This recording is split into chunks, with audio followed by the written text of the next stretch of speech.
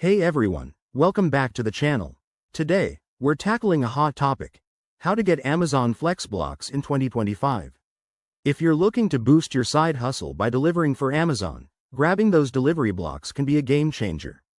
But with more people joining the platform, it's getting competitive. Don't worry. I'll walk you through the steps in a simple, straightforward way so you can start earning faster. First things first, you need to sign up for Amazon Flex. Head over to the Amazon Flex website or download the app from your phone's app store. Make sure you have all your documents ready, like your driver's license, proof of insurance, and a clean driving record. Once you're signed up, the next step is verification. Amazon will review your info, which usually takes a few days, so be patient and double-check that everything is accurate to avoid delays. Now, onto the fun part: securing those blocks. Open the Amazon Flex app and navigate to the Blocks section. This is where you'll see available delivery slots in your area. Pro tip: blocks are released at specific times, often early in the morning or late at night, so set reminders to check regularly.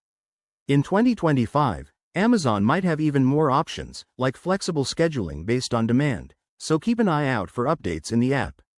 To increase your chances, use features like invite-only blocks if you're eligible, or join waitlists for popular times. Also, maintain a high rating from previous deliveries to get priority access. Remember, the key is consistency. Log in often and be flexible with your availability.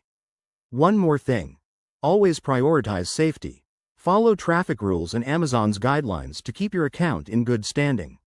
If you run into issues, like no blocks available, try expanding your search radius or checking during off-peak hours. There you have it. By following these steps, you'll be well on your way to snagging Amazon Flex blocks in 2025. If you found this helpful, hit that like button, subscribe for more tips, and drop a comment below with your experiences. Thanks for watching, and I'll see you in the next video.